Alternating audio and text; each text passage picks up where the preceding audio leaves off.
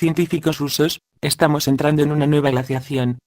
A pesar de que por todos lados se habla del calentamiento global, cada vez se presentan más pruebas de que el planeta en realidad está entrando en una nueva era de glaciación. Abibuy Abdusamatov, doctor del Observatorio de Pulkovo de la Academia de Ciencias de Rusia, asegura que el planeta ya ha comenzado a enfriarse y esta situación afectará la vida en la Tierra llegando a su punto máximo en 2055. El jefe del sector de las investigaciones espaciales del Observatorio de Pulkovo de la Academia de Ciencias de Rusia, el doctor honorario Abibuy Abdusamatov, declara que el planeta ya ha comenzado a enfriarse. Estudiando la periodicidad del cambio de la actividad solar, se pueden sacar las conclusiones sobre los calentamientos globales futuros y los descensos de temperatura. Disponemos de datos que indican que la temperatura comenzará a bajar radicalmente a partir de 2014 hasta llegar a su pico en 2055, asegura el investigador.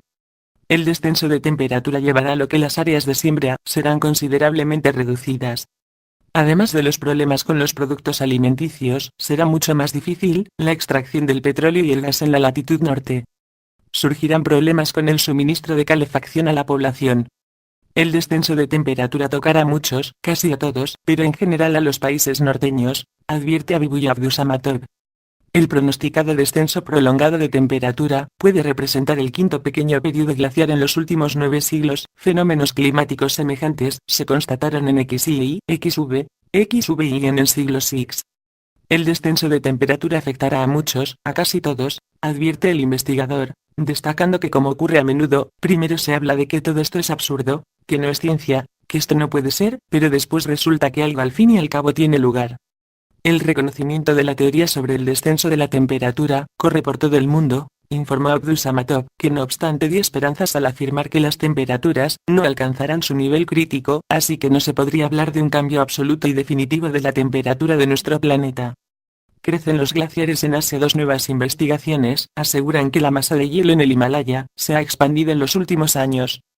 Aseguran que aunque las emisiones de dióxido de carbono fueran detenidas, ya hay suficiente en la atmósfera como para atrasar el inicio de ese periodo geológico. Científicos han revelado que los glaciares de una de las cordilleras más grandes de Asia se han expandido en los últimos años, desafiando la tendencia general hacia el derretimiento. Los expertos dicen que un estudio detallado de los glaciares de la cordillera de Karakorum que atraviesa Pakistán, India y China, muestra una leve expansión, mientras que los glaciares del Himalaya se han empequeñecido. Los investigadores señalan que, al parecer debido a una peculiaridad en el patrón climático, llega menos calor al Karakorum, al tiempo que las montañas reciben mayores cantidades de nieve.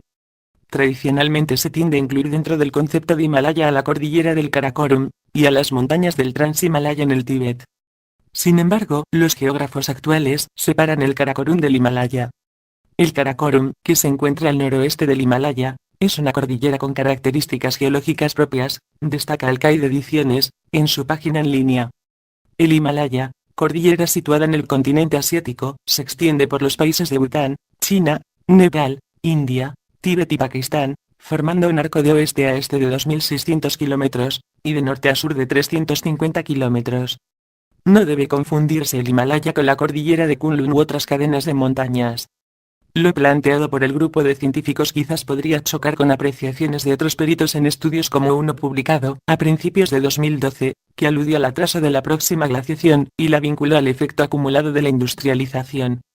Estos investigadores estudiaron la sucesión natural entre las épocas glaciales y las más cálidas o interglaciales, iniciadas cerca de 3 millones de años.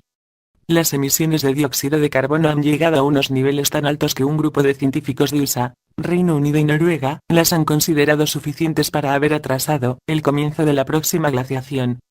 Los investigadores indagaron sobre el inicio de las anteriores edades glaciales y calcularon que la transición a la próxima debería empezar dentro de unos 1,500 años, dijo BBC Mundo.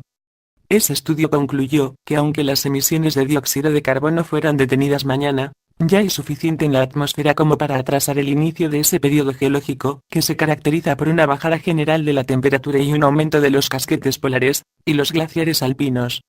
El papel del CO2. El CO2 fue el verdadero culpable del calentamiento del planeta que terminó con la última edad de hielo, hace 10.000 a 20.000 años, asegura un estudio que rebate a quienes ponen en duda que el cambio climático se deba a una acumulación de gases de efecto invernadero. Hasta ahora, el papel del dióxido de carbono, CO2, En el fin de la última glaciación, estaba rodeado de incertidumbres y contradicciones. En las muestras de hielo de perforaciones en la Antártida, observamos que el aumento de temperaturas precedió a la concentración de CO2, concede Jeremy Sakun, del Departamento de Ciencias de la Tierra de la Universidad de Harvard y responsable de esa investigación, publicada el miércoles.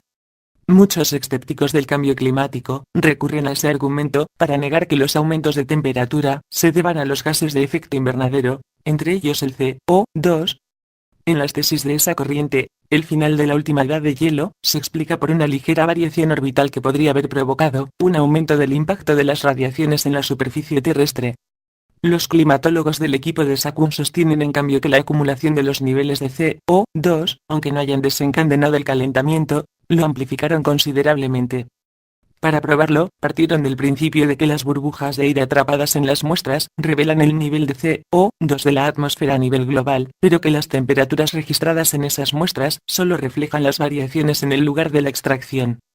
Esas temperaturas serían entonces representativas de la Antártida y no del planeta en su conjunto. Los climatólogos reconstruyeron el modelo climático de la última glaciación, utilizando 80 muestras geológicas, sedimentos marinos, terrestres y núcleos de capas de hielo, procedentes de diferentes zonas del globo. Y los resultados, insisten, demuestran que el CO2 fue el principal causante del final de la última edad de hielo. La variación orbital es el desencadenante, pero no va mucho más lejos. Nuestro estudio demuestra que el CO2 fue el factor más importante, subraya Sakun. Observamos una gran correlación entre las temperaturas globales y el aumento de CO2. Y algo más interesante aún, el aumento de CO2 es posterior al calentamiento en la Antártida, pero precedió al calentamiento global, prosigue. Según el estudio, la variación de la órbita terrestre ha iniciado el deshielo de una parte del casquete glaciar que recubría América del Norte y Europa, y eso provocó el vertido de millones de litros de agua dulce hacia el Atlántico Norte, perturbando las corrientes oceánicas que redistribuyen el calor a escala planetaria. Cuando ese climatizador natural se alteró, el calor se acumuló en el hemisferio sur, y el calentamiento se inició, por eso, en la zona de la Antártida. Ese proceso acarreó a su vez el derretimiento del banco de hielo, y liberó en la atmósfera el CO2 que había permanecido capturado hasta entonces en el océano.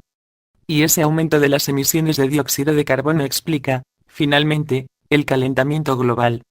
Con semejante espiral de causas y efectos se produjo una rápida salida de la última edad de hielo, resume Sakun. Una salida que se prolongó, pese a todo 10.000 años, muchos más que los escasos 2 siglos que los seres humanos han necesitado para provocar aumentos de temperatura equivalentes. Los niveles de CO2 suben de nuevo.